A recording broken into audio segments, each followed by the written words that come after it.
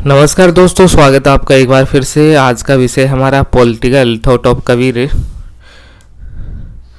दोस्तों, कबीर का अर्थ होता है ग्रेट, महान। इसका अर्थ होता है कबीर किसी के लिए कबीर है, किसी के लिए समाज सुधारक, किसी के लिए ईश्वर है, तो किसी के लिए एक संत है और किसी के लिए एक साहित्यकार। दोस्तों, सबका नज़रिया अलग अलग है कबीर के लिए। कोई कुछ मानता है, कोई कुछ मानता है, क्योंकि इन्होंने अपना राइटिंग कभी नहीं किया इन्होंने। तो इनके बारे में हमें पता चलता है जन श्रुतियों के माध्यम से, लोगों ने क्या क्या कहा उनके माध्यम से ही हमें इनके बारे में पता चलता है। तो हम कबीर वाणी की बात करते हैं, कबीर वाणी मीन्स जिन्होंने अपने जीवन काल के अंतर्गत उन्होंने जो कुछ कहा, समाज सुधार के लिए उन्होंने क्या क्या कहा, या अपने जो भी आइडियाज़ दिए, पॉलिटिकल आइडियाज़ या सोशल आइडियाज़ दिए, उसको हम कबीर वाणी के रूप में जानते हैं। तो ये जो कबीर वाणी है, कबीर वाणी जनश्रुति के माध्यम से एक समय के बाद में ग्रेजुअली लगातार लोगों तक आती रहती है। तो कबीर वाणी राइटिंग नहीं किया गया था। राइटिंग करने का सबसे पहला प्रयास था वो 20वीं सेंचुरी में किया गया। जो बंगाली फिलोसोफर होते हैं, राइटर होते हैं, उनके द्वारा इस तरह का सबसे पहला प्रयास किया गया। तो कबीर का समय था 15 सेंचुरी का, ये समय था 1400 से 1500 के बीच का ये समय था। और उस समय दिल्ली सल्तनत पर सिकंदर लोदी बैठे थे, दिल्ली में सिकंदर लोदी बैठे थे। और यह वही समय था जब हिंदू और मुस्लिम के बीच में जो कन्फ्लिक्ट है बहुत ज़्यादा हो जाता है। धर्म की जो सर्वोच्चता है, सुप्रीम कौन सा धर्म है, इनके बीच में कन्फ्लिक्ट चलता रहता है।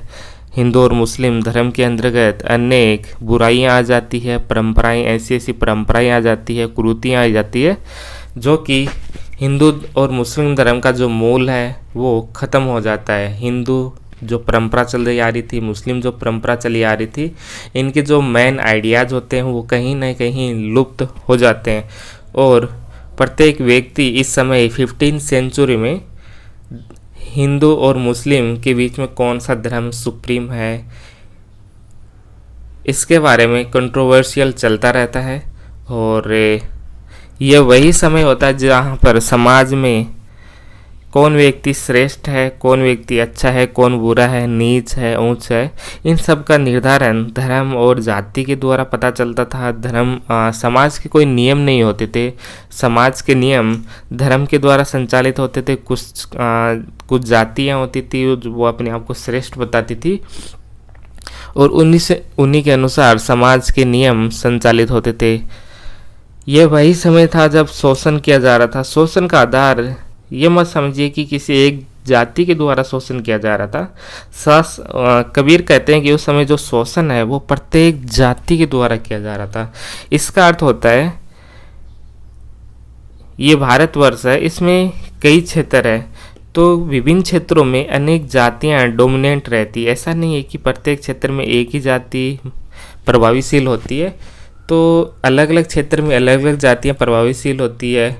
तो उसी हिसाब से वहाँ पर अलग अलग जातियाँ जब सुप्रीम होती है, तो उन क्षेत्रों में जो कमज़ोर जातियाँ होती है, वो तथाकथित नीच जातियाँ जिनको कहते हैं, तो उनका भी शोषण उस समय किया जाता था।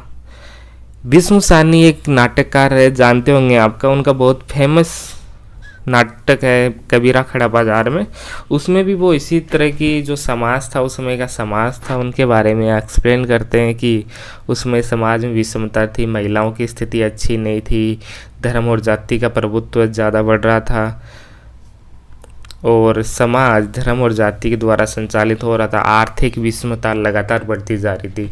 तो ये समाज था 15 सेंचुरी का समाज था, राजा के द्वारा संचालित होता था, मुस्लिम रूलर उस समय था। और ये सिकंदर लोदी कहीं ना कहीं मुसलमानों का काफ़ी ज़्यादा सपोर्ट भी करते थे, ऐसा हमें इतिहास के माध्यम से भी पता चलता है। और कबीर के बारे में हम जब पढ़ते हैं, और ये भीष्म साहनी जो नाटककार है कबीर खड़ा बाजार में, जब हम इनको भी देखते हैं, टीवी सीरियल भी आया हुआ है ये, जब हम इनके बारे में देखते हैं तो हमें पता चलता है कि सिकंदर लोदी एक कट्टरपंथी था, और वो भी मुसलमानों का सपोर्ट करता था और ऐसे ही सुनता था। तो इस प्रकार का समाज था 15 सेंचुरी का। तो इस प्रकार की समाज की आलोचना, क्रिटिक किया जाता है कबीर के द्वारा कि इस समाज में क्या क्या कमियां हैं और इसमें क्या क्या सुधार हो जाता है। तो इस प्रकार के समाज को बदलने का प्रयास कबीर के द्वारा किया जाता है और अपने कुछ कंसेप्ट देते हैं, पॉलिटिकल थॉट देते हैं, जिसमें एक होता है बेगमपुरा होता है, एक होता है class analysis, critic of state, gender equality और कबीर मत।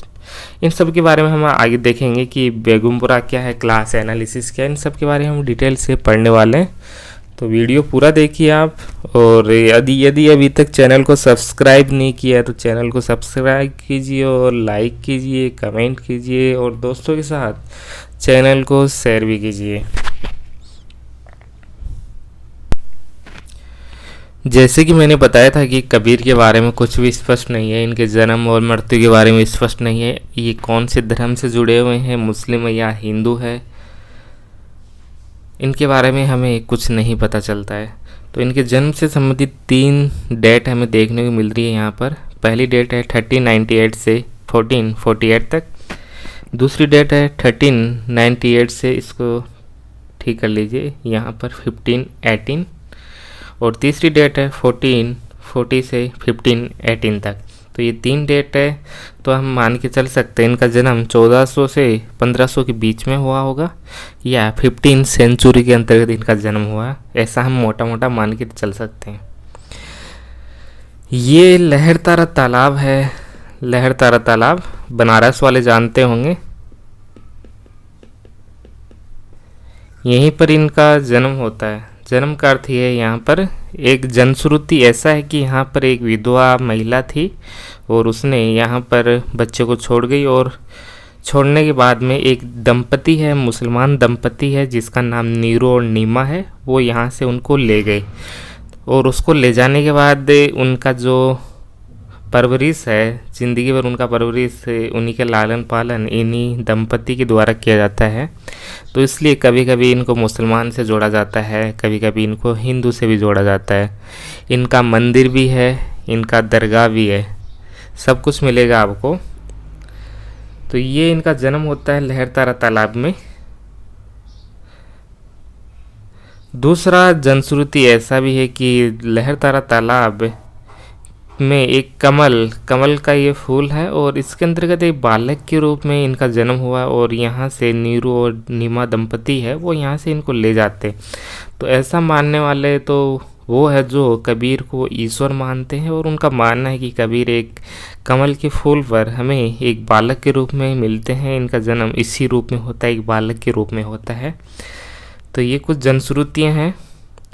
इनकी मृत्यु होती है मगहर में, मगहर जो कि इन्हीं के नाम से एक डिस्ट्रिक्ट है, कबीर ज़िला। तो कबीर ज़िला में एक स्थान है मगहर, और मगहर में इनकी मृत्यु होती है। लेकिन यहाँ पर आपको कुछ सीखने को मिलेगा।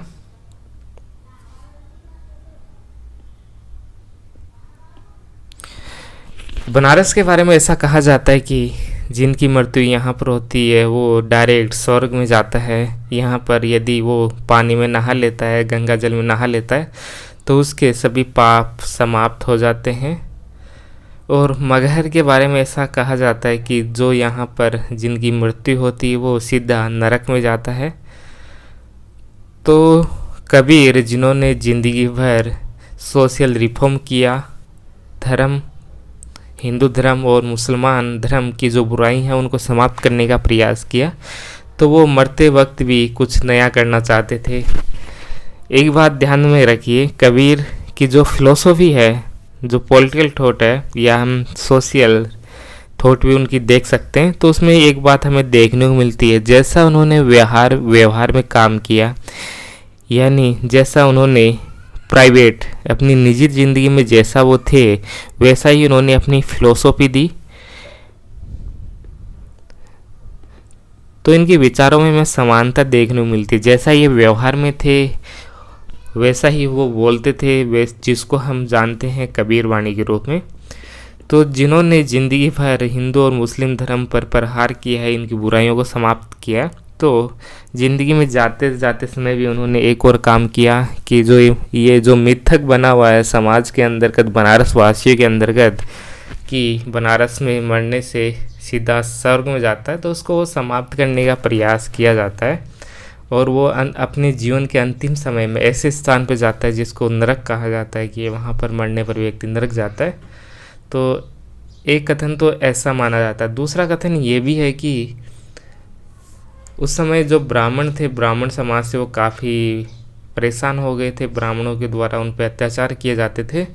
वो हिंदू धर्म की जो बुराइयां थी उनको समाप्त करने का उन्होंने काफ़ी प्रयास किया। तो वो कहते थे कि बड़ी बड़ी पोथी पढ़ने से व्यक्ति कोई महान नहीं बनता है। पंडित लोग वहाँ पर बनारस के घाटों पे बैठे रहते हैं और अपने आप को विद्वान समझते हैं, तो उनको वो कटाक्ष करते रहते थे। यदि कहते थे कि बड़ी बड़ी पोथी पढ़ने से, बड़ी बड़ी किताबें पढ़ने से कोई बड़ा नहीं बनता है, बड़ा बनता है मानव सेवा से। वो कहते थे कि पत्थर पूजू हरी मिले तो मैं पूजू पहाड़, यदि पत्थर को पूजने से ही भगवान मिलते हैं तो मैं पूरे पहाड़ को ही पूजूं तो हमें तो एक दिन में ईश्वर मिल जाएगा। ऐसे वो मुसलमानों के बारे में भी बातें करते रहते थे। तो जितनी भी बुराइयां थी उनके बारे में एक प्रहार करते थे।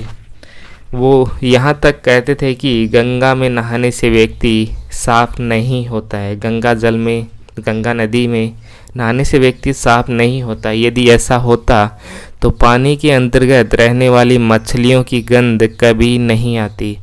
तो व्यक्ति की जो मैल है, जो गंदगी है, वो पानी में नहाने से नहीं, उनके विचारों, जो उनके मन में बुराइयां हैं, उनको समाप्त होने पर होती है। तो ऐसी बातें करते थे जो मान्यताएं थी, जैसे ये गंगा जल में नहाने वाला हो गया और वहाँ पर जलाया जाता था जिनकी मृत्यु होती, इनके बारे में भी वो पूरी ज़िंदगी भर कटाक्ष करते थे। तो इसलिए जो हिंदू धर्म के जो ठेकेदार थे, जिनको हम पंडित थे उस समय के, वहाँ के घाट पे बैठे रहते थे या पूरे बनारस में थे, उन्होंने काफ़ी अत्याचार किया था उन पे। तो इन सब से परेशान होकर वो मगहर चले जाते हैं। ऐसा भी एक जनश्रुति है और ऐसा हमें जो नाटक मैंने बताया था कबीरा खड़ा बाजार में, उसमें भी ऐसा हमें देखने को मिलता है। तो ये पढ़ लीजिए आप। ऐसी बातें हमें देखने को मिलती है। जैसे उनका एक दोहा भी है, इनकी एक रचना है, पहले दर्शन मगहर पायो पुनी काशी वसे आई। आगे है इनके जो गुरु है स्वामी रामानंद, इनके गुरु हैं। और दोस्तों कबीर तो ऐसे थे कि इन्होंने अपने गुरु को भी शिक्षा दे दी। इनके गुरु काफ़ी कट्टर थे। जो सुप्रीम, जो जैसे हिंदू धर्म में जो उच्च जाति है, उन्हीं को वो केवल शिक्षा देते थे, यानी ब्राह्मण से जुड़ा हुआ कोई व्यक्ति, उन्हीं को केवल वो शिक्षा देते थे। तो जातिगत जो भेदभाव होता है उनके अंतर्गत एकदम से भरा हुआ था, वो इनको सपोर्ट करते थे। तो स्वामी रामानंद थे, उनको भी वो शिक्षा देते हैं अपने आइडियाज़ के द्वारा। इनको हम नहीं बताएंगे, उनका हमें कुछ लेना देना नहीं ज़्यादा। तो इनके गुरु रहते हैं रामानंद, और अंतिम समय एक समय के बाद वो शिष्य के रूप में स्वीकार भी कर लेते हैं, क्योंकि जो कबीर होते हैं वो एक बुनकर होते हैं और बुनकरों की जो सामाजिक स्टेटस था, सोशल स्टेटस था, वो अच्छा नहीं था। तो ऐसे में इनको गुरु स्वीकार नहीं करते हैं, लेकिन वो गुरु के अंतर्गत जो बुरी भावनाएं थी उनको समाप्त कर देते हैं। ये एक निर्गुण भक्ति धारा से जुड़े हुए थे। निर्गुण भक्ति धारा होती है कि इसमें किसी जो मीडिएटर होता है, जैसे ईश्वर है और व्यक्ति है, इनके बीच में कोई मीडिएटर नहीं होता है। व्यक्ति का संपर्क डायरेक्ट ईश्वर से होता है। निर्गुण भक्ति धारा का मानना होता है कि प्रत्येक व्यक्ति के अंतर्गत ईश्वर है, यहाँ तक कि प्रत्येक वस्तु के अंतर्गत ईश्वर है। तो ईश्वर को प्राप्त करने के लिए हमें किसी गुरु की आवश्यकता नहीं है, हमें किसी कर्मकांड को करने की आवश्यकता नहीं है, हमें आवश्यकता है मानव सेवा की।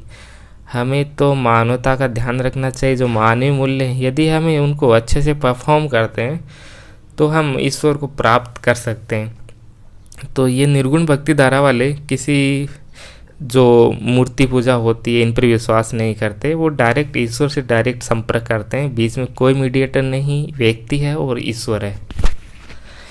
इनके ग्रंथ की बात करें तो सबसे महत्वपूर्ण ग्रंथ है इनका, नंबर 1 ग्रंथ है वो है बीजक और ग्रंथावली। तो बीजक सबसे महत्वपूर्ण है, इन्हीं के अंतर्गत कुछ आइडियाज़ हमें देखने को मिलते हैं इनके। इसके अलावा आदि ग्रंथ है, सर्वांगिनी है और पंचवाणी है। तो ये 5 ग्रंथ है, इन्हीं में हमें ये जो कबीर वाणी है वो इसमें मिलती है। इनके जो विचार है यानी जो कबीर वाणी है, इनको कंपाइल करने का काम रविंद्रनाथ टैगोर के द्वारा किया जाता है और छितिन मोहन सोहन के द्वारा किया जाता है। तो सबसे पहले इन्हीं के द्वारा प्रयास किया जाता है कि जो कबीर के जो विचार है इनको किसी एक ग्रंथ के रूप में उनको संकलित किया जाए। तो सबसे पहले प्रयास इन्हीं के द्वारा किया जाता है। अब हम इनके पॉलिटिकल थॉट की बात करते हैं कि इनके आइडियाज़ क्या क्या है। कुछ विचार हमने देख लिए हैं, धर्म से संबंधित उनके क्या विचार है। अब हम इनके बेगमपुरा की बात करते हैं। पॉलिटिकल थॉट में सबसे महत्वपूर्ण यही है उनका। बेगमपुरा क्या है? बेगमपुरा एक स्टेट है, एक आइडियल स्टेट है, यानी एक यूटोपिया है जिसकी वो कल्पना करते हैं। जैसे कि मैंने शुरुआत में बताया था कि वो जो समाज था, उस समय का जो सोसाइटी था वो अच्छा नहीं था। धर्म जाति का प्रभाव था, आर्थिक विषमताएं थी, महिलाओं की स्थिति अच्छी नहीं थी, जेंडर इनइक्वलिटी उस समय थी। तो इन सब को समाप्त करने के लिए वो अपना कॉन्सेप्ट देते हैं बेगमपुरा का, और ये एक आइडियल स्टेट होता है। एक ऐसा राम राज्य हम बोल सकते हैं, एक ऐसा राम राज्य होता है जिसका नाम वो देते हैं बेगमपुरा, जिसमें वो 2 शब्द काम लेते हैं। पहला शब्द है भक्त और दूसरा है भक्ति। भक्त का अर्थ वो बताते थे वैनगार्ड ऑफ बेगमपुरा, यानी जो नेतृत्व करने वाले लोग होते हैं, समाज को जो लीडर करते हैं, लीडरशिप करने वाले लोग होते हैं, उनको भक्त कहते थे। और भक्ति क्या होती है? इसी के माध्यम से जो समाज है उसको रिकंस्ट्रक्ट किया जाता है, यानी ऐसे लोग जो कि उनको पॉलिटिकल ज्ञान अच्छा हो, सामाजिक ज्ञान अच्छा हो, और वो समाज परिवर्तन की बात करते थे। तो कबीर के साथ जो भक्त थे, कबीर को जो सपोर्ट करते थे कबीर, तो उनको भक्त कहा जाता था। और भक्त का क्या अर्थ हो गया कि जो सोशल रिफॉर्म करना चाहते थे, उस समय एक नई व्यवस्था को संचालित करना चाहते थे, तो ऐसे लोगों को भक्त कहते हैं। और जिसके माध्यम से ये लोग करते हैं, जिस परंपरा के माध्यम से वो करते हैं, उसको हम भक्ति कहते हैं। तो पॉलिटिकल अर्थ अलग होता है भक्ति का। भक्ति का अर्थ होता है कि समाज के निर्माण के लिए किए जाने वाले उपाय, उनको वो कहते थे भक्ति, यानी the utopia was to be construct through bhakti के द्वारा। इसके अलावा जो बेगमपुरा का जो कंसेप्ट है वो बात करते थे इसमें collective participation of people in decision making and social construction.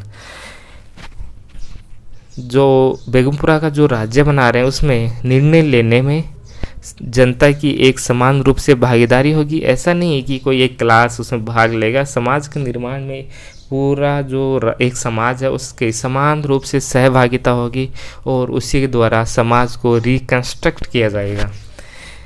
ये एक ऐसे राज्य की बात करते हैं, एक ऐसे समाज की बात करते हैं जहाँ पर समानता होगी, ना कोई श्रेष्ठ होगा ना कोई नीच होगा, सबके साथ समान व्यवहार किया जाएगा। महिला हो या पुरुष हो, सबको एक समान माना जाएगा, यानी जहाँ पर इक्वलिटी हो। और यहाँ पर कोई कास्टिज्म नहीं होगा, नो रिलीजन होगा, धर्म का प्रभाव यहाँ पर नहीं रहेगा। धर्म बेसिक्स धर्म हो सकता है, अब एक व्यक्ति अपने धर्म को अपना सकता है, लेकिन धर्म के संबंधित जो कुरीतियाँ और बुराइयाँ हैं वो नहीं रहेगी। यहाँ पर किसी प्रकार की कोई जाति नहीं होगी। यहाँ पर किसी भी प्रकार का शोषण नहीं किया जाएगा। जो बेगमपुरा का स्टेट है उसमें कोई शोषण नहीं किया जाएगा। यहाँ पर राजतंत्र नहीं होगा, कोई मोनार्की नहीं होगी। वहाँ पर होगा जनता का शासन होगा। कोई राजा नहीं होगा, कोई अमीर नहीं होगा, कोई गरीब नहीं होगा, कोई जाति धर्म नहीं होगा, सब समान रहेंगे। और यहाँ पर जनता के द्वारा शासन किया जाएगा। जनता के द्वारा यहाँ पर शासन किया जाएगा और क्षमता के अनुसार काम मिलेगा। जितना व्यक्ति काम कर सकता है, जितने उसमें कैपेसिटी होती है, उसके अनुसार उनको काम मिलेगा, उसके अनुसार वो काम कर सकता है। और आवश्यकता अनुसार वेतन मिलेगा उसको। यहाँ पर आवश्यकता अनुसार लिख लीजिए आप।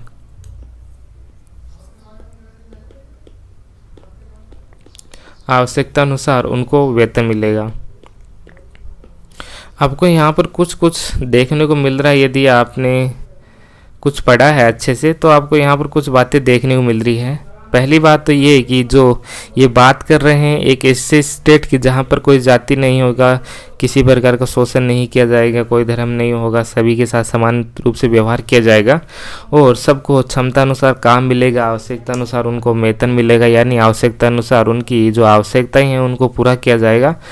तो आपको ऐसा नहीं लग रहा कि ऐसा ही कार्ल मार्क्स ने कहा था? कार्ल मार्क्स के कहा कि विचारों का पूर्वाभ्यास हमें यहाँ पर हो रहा है। हम अनुमान लगा सकते हैं कि ऐसा ही विचार कार्ल मार्क्स का है, ऐसा तो हम कह ही सकते हैं। तो ऐसे विचारों को हमारी यूनिवर्सिटी में नहीं पढ़ाया जाता, कबीर जैसे विचारों को नहीं पढ़ाया जाता है, तो इनको सिलेबस में ऐड करना चाहिए। इनके विचार काफ़ी प्रगतिशील विचार हैं इनके। जो ऐसी बातें कर रहे हैं 15 सेंचुरी में, ऐसी बातें कर रहे हैं तो ये बहुत बड़ी बात है। वर्तमान में ऐसी बात कर दे तो ही प्रॉब्लम हो जाए। ये तो बात कर रहे हैं 15 सेंचुरी की, जहाँ पर महिलाओं के साथ समान व्यवहार की बात कर रहे हैं उस समय। तो ऐसे विचार काफ़ी प्रगतिशील है। तो ये इनका बेगमपुरा का कंसेप्ट होता है, जहाँ पर सबके साथ समान व्यवहार किया जाएगा, क्षमता अनुसार काम और आवश्यकता अनुसार उनको वेतन मिलेगा, यानी उनको सुख सुविधाएं मिलेगी।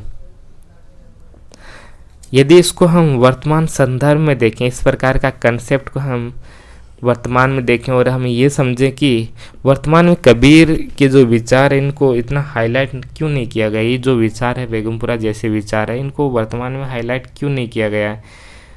तो इसका कारण ये हो सकता है कि वर्तमान में जो पॉलिटिकल पार्टीज़ है जो समाज का प्रतिनिधित्व कर रही है, वो समाज में सहभागिता द्वारा परिवर्तन की बात कर रही है। वो समाज में सतत परिवर्तन की बात वर्तमान में वो कर रही है। वो कह रही है कि हम गवर्नमेंट में शामिल होंगे और उसके बाद में व्यवस्था को परिवर्तन करेंगे। और दूसरी तरफ कबीर अपने विचारों में कह रहे हैं कि हम एक ऐसा सोसाइटी बनाएंगे, ऐसा स्टेट बनाएंगे जहाँ पर कोई सरकार नहीं होगी, कोई क्लास नहीं होगी और कोई धर्म जाति नहीं होगा। तो वो एक परिवर्तन की बात करें, तीव्र परिवर्तन की बात करते हैं। और यहाँ पर जो वर्तमान का हम पॉलिटिकल सिस्टम देखें तो इनको विचार लेना चाहिए कबीर से, लेकिन वो नहीं लेते हैं। उसका कारण ये है कि वर्तमान का जो समाज है, वर्तमान के जो पॉलिटिकल पार्टीज़ है, जैसे कुछ पार्टियाँ बहुजन समाज का प्रतिनिधित्व कर रही है, तो उनका मानना है कि हम सहभागिता के द्वारा परिवर्तन करेंगे, हम व्यवस्था निर्माण में शामिल होंगे जिससे हम डिसीजन मेकिंग कर सकते हैं और हम धीरे धीरे समाज में सतत परिवर्तन करेंगे और जाति जैसी व्यवस्थाएं हैं उनको धीरे धीरे समाप्त करेंगे। तो ऐसा पॉलिटिकल पार्टीज़ के द्वारा वर्तमान में किया जा रहा है और इसलिए कबीर के जो आइडियाज़ इनको ज़्यादा हाईलाइट नहीं किया जाता है। यदि हम क्लास की बात करें, समाज को हम वो किस प्रकार से देखते थे, समाज का वो वर्ग विश्लेषण करते हैं। देखिए, वो समाज को डिवाइड नहीं करते हैं कि कौन सी जाति है, कौन सा धर्म है। वो इस आधार पर समाज का विश्लेषण नहीं करते हैं। वो कहते हैं कि समाज में केवल 2 ही क्लास है। ध्यान में रखिए, कार्ल मार्क्स जैसी ही बातें करें कि समाज में 2 ही क्लास है। एक रिच क्लास है जिसको हम एलिट कहते हैं और दूसरा है पुअर क्लास है, गरीब क्लास है। तो यहाँ पर 2 क्लासों की वो बात कर रहे हैं। तो समाज को देखने का नज़रिया उनका थोड़ा सा अलग देखने को मिल रहा है। ध्यान में रखिए, ये एक बुनकर थे। बुनकर क्या करेगा सोसाइटी में? वो बुनकर एक मजदूर क्लास का होता है, पुअर क्लास का होता है और वो अपना सामान बेचने के लिए, अपने कपड़े बेचने के लिए वो अमीर लोगों के पास जाएगा, क्योंकि कपड़े कौन खरीदेगा? एक व्यापारी वर्ग ही उनके कपड़े खरीदेगा।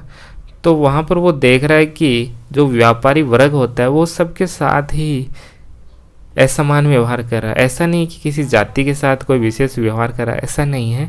कोई भी जाति है उसके साथ वो ऐसे हीन भावना से उनको देखता है। तो ऐसा वो प्रैक्टिकल में देखते हैं जब वो बनारस की गलियों में कपड़े बेचने जाते थे, किसी व्यापारी को जब वो कपड़े बेचते थे तो उन्होंने अपने जीवन में ऐसा देखा। तो उसके बाद में वो समाज को क्रिटिक करते हैं कि समाज में विषमता धर्म और जाति के आधार पर नहीं, हमें समाज को केवल धर्म जाति के आधार पर नहीं, समाज को हमें क्लास के आधार पर देखना चाहिए। समाज में दो ही क्लास है, रिच क्लास और पुअर क्लास है, अमीर और गरीब दो ही क्लास है। तो यहाँ पर समाज को इस प्रकार से वो देखते हैं। आगे वो बात करते हैं जेंडर इक्वलिटी की, वो बात करते हैं यानी जो पेट्रियार्टिक सोसाइटी है, पितृसत्तात्मक जो समाज है, उस पर भी उन्होंने कुछ कुछ कहा है। उन्होंने एक बहुत ही क्रांतिकारी लाइन कही है, महिलाओं के द्वारा घर में किए जाने वाले काम को महत्व देना चाहिए। और ये तो पूरे फेमिनिज्म का बेस है दोस्तों। महिलावाद फेमिनिज्म हम पढ़ते हैं तो ये तो उसका बेस है, उसका सेंटर पॉइंट है कि महिलाओं के द्वारा घर में किए जाने वाले काम को भी महत्व दिया जाएगा। दोस्तों, दुनिया में उस दिन विश्व की सबसे बड़ी चोरी पकड़ी जाएगी जब महिलाओं के द्वारा काम किए गए का मूल्य निर्धारित किया जाएगा। उस दिन विश्व इतिहास की सबसे बड़ी चोरी पकड़ी जाएगी, ऐसा कहा जाता है। तो जेंडर इक्वलिटी की हम बात कर रहे हैं यहाँ पर, तो उनके विचार आप देखिए कितने प्रोग्रेसिव विचार है। 15 सेंचुरी में महिलाओं के अधिकारों की वो बात कर रहे हैं। वो कह रहे हैं कि जो महिलाएं हैं घर में काम करती है उसको महत्व दीजिए आप। वो वर्तमान में भी फेमिनिज्म क्या कर रहा है, महिलाओं के द्वारा घर में जो काम किया जा रहा है उसका वेतन निर्धारित किया जाए, यानी उसको महत्व दिया जाए। तो 15 सेंचुरी में ऐसी बातें की जा रही है, तो इनके विचार काफ़ी प्रगतिशील है। तो आगे हम कबीर मठ की बात करते हैं। कबीर मठ क्या होता है? कबीर मठ है, इनकी जब मृत्यु हो जाती है तो इनके विचारों को फैलाने के लिए, कबीर वाणी को फैलाने के लिए कई मठों को स्थापित किया जाता है और इन्हीं के द्वारा समाज को जागरूक भी किया जाता है। यानी जो कबीर वाणी थी, कबीर के जो पॉलिटिकल और सोशल और धर्म से संबंधित जितने भी विचार थे उनको फैलाने का प्रयास किया जाता है। कबीर वाणी को जन जन तक पहुंचाने का प्रयास इन्हीं कबीर मठों के द्वारा किया जाता है और इनकी भूमिका हम देखते हैं काफ़ी महत्वपूर्ण होती है। 17, 18, 19 सेंचुरी तक भी इनकी महत्वपूर्ण भूमिका होती है। वर्तमान में इनकी प्रासंगिकता लगभग ख़त्म सी हो गई है। तो यदि हम कंक्लूजन करें तो वो समाज को देखते हैं, एक क्रिटिक की नज़र से देखते हैं, क्रिटिसाइज करते हैं वो समाज की, और समाज की जो व्यवस्था है उसको एकदम से बदल देना चाहिए। बदल देने की वो बात कर रहे हैं यहाँ पर। उनका जो मुख्य स्वर है वो विद्रोह का है। विद्रोह का क्या अर्थ होता है कि जो परंपराएं समाज में चल रहा है, जो स्टेटस क्यों बना हुआ है, यथास्थिति बनी हुई है, उसको परिवर्तन की बात जब कोई करता है तो उसको हम विद्रोह कहते हैं। वो बात करते थे वर्णाश्रम जो व्यवस्था बनी हुई है हिंदू धर्म में, उस पर तीर व प्रहार उन्होंने किया था और उन्होंने कहा कि मनुष्य की जो ऊंचता और नीचता है उसका मापदंड आचरण को माना। व्यक्ति जैसा व्यवहार करता है अपने जीवन में दूसरे व्यक्तियों के साथ, उसके आधार पर व्यक्ति श्रेष्ठ बनता है। व्यक्ति श्रेष्ठ बनता है अपनी वाणी के द्वारा, अपने वचन के द्वारा श्रेष्ठ बनता है, ना कि एक वर्णाश्रम बना दिया, उसमें 4 भागों में आपको डिवाइड कर दिया।